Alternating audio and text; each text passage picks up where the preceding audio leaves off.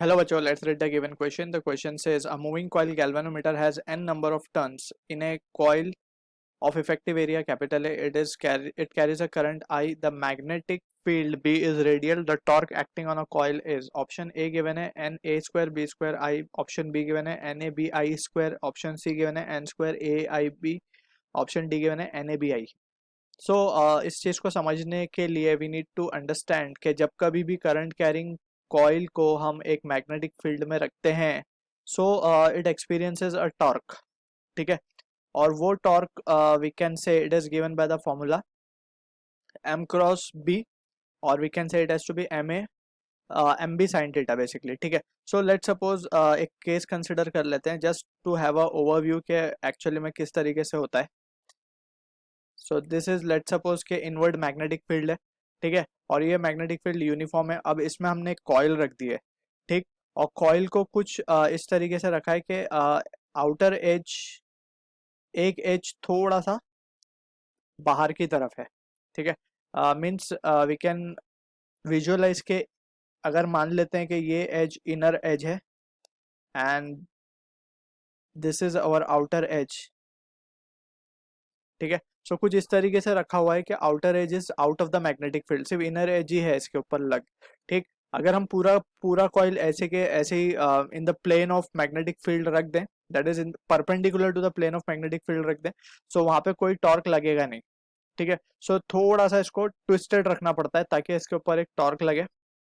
ठीक. अब वो टॉर्क जो होता है that is given by the formula tau equals to m bar cross B bar. ठीक.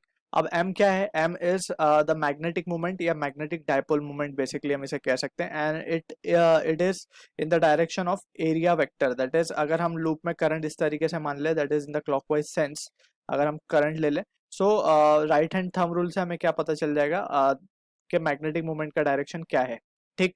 अब यहाँ से वी कैन सी के इसका जो एरिया वेक्टर होगा इसका area vector somewhat will be in some different direction. कुछ इस तरीके से होगा इसका area vector that is perpendicular. ठीक है ना. कुछ इस तरीके से इसका एरिया वेक्टर आएगा. ठीक. It will not be inside because क्योंकि ये एक तरफ से ये एक एज इसकी उठी हुई है.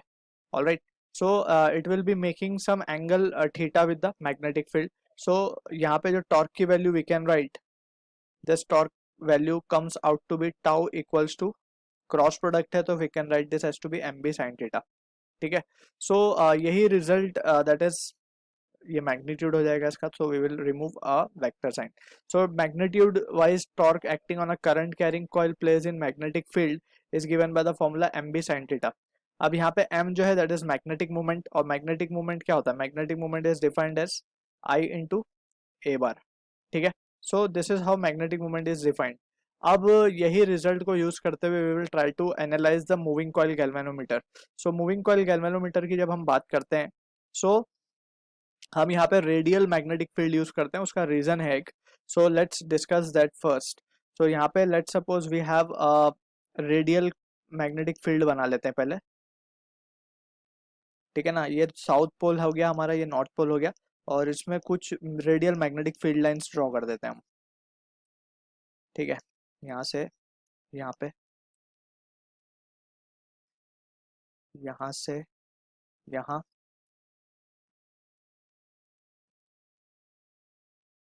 यहाँ से यहाँ पे. ठीक है. और बहुत सी मैग्नेटिक फील्ड लाइंस होंगी. जस्ट यहाँ पे हमने 3 शो की हैं फॉर द अंडरस्टैंडिंग पर्पस. अब यहाँ पे we will be placing a coil. So यहाँ पे हमने let suppose we have a coil. ये हम इसका टॉप व्यू देख रहे हैं. ठीक है. सो टॉप व्यू में हमने कॉइल रखी हुई है.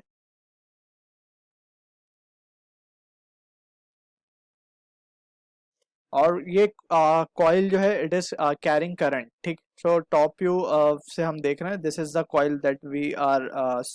फ्रंट व्यू से अगर देखें तो इस तरीके से कॉइल होती है और इसके ऊपर एक torsional spring with having a torsional constant सी.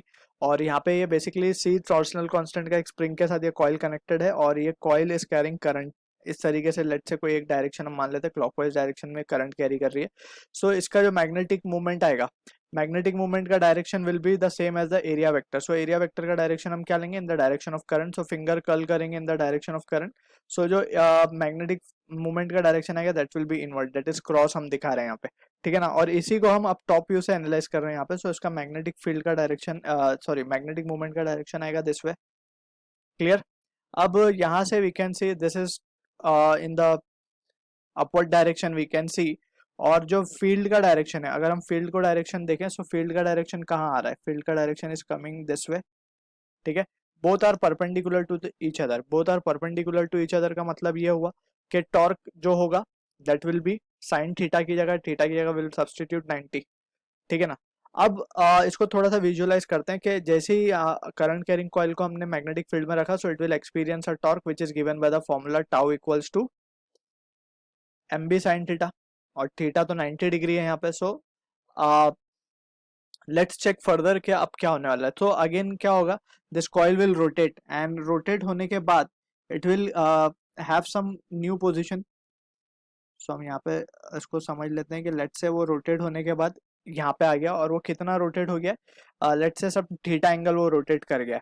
सो इसका जो अब न्यू पोजीशन आएगा, मैग्नेटिक मोमेंट का जो न्यू पोजीशन आएगा that will be something like this. ये एंगल कितना रोटेट कर गया, theta, and this will be again perpendicular to the magnetic field. So इसीलिए हम रेडियल मैग्नेटिक फील्ड यूज करते हैं, ताकि हमें हमेशा क्या मिले, बीच में दोनों का एंगल, एम और बी के बीच का एंगल हमेशा हमें 90 डिग्री मिले, that is the maximum torque की कंडीशन हमें मिले, ठीक है। So this is why we use radial magnetic field, क्योंकि हर जगह जब वो अलाइन करेगा, so it will be such that के theta between M and B will always be 90 degree, ठीक। सो यहाँ पे अब हम क्या लिख सकते हैं, डायरेक्ट टॉर्क की वैल्यू को हम लिख देंगे एम बी, ठीक। और एम बी को हम क्या लिख सकते, एम को क्या लिख सकते हैं, by definition it can be written as I into A, और अगर नंबर ऑफ टर्न्स है कॉइल के अंदर, so we will multiply with N, and this will be B. So this will be the torque that will be acting on the that is current carrying coil, or we can say the coil of galvanometer, ठीक है। so this is the answer to the question जो कि match होगा हमारा option D के साथ। I hope you understood the solution. All the best.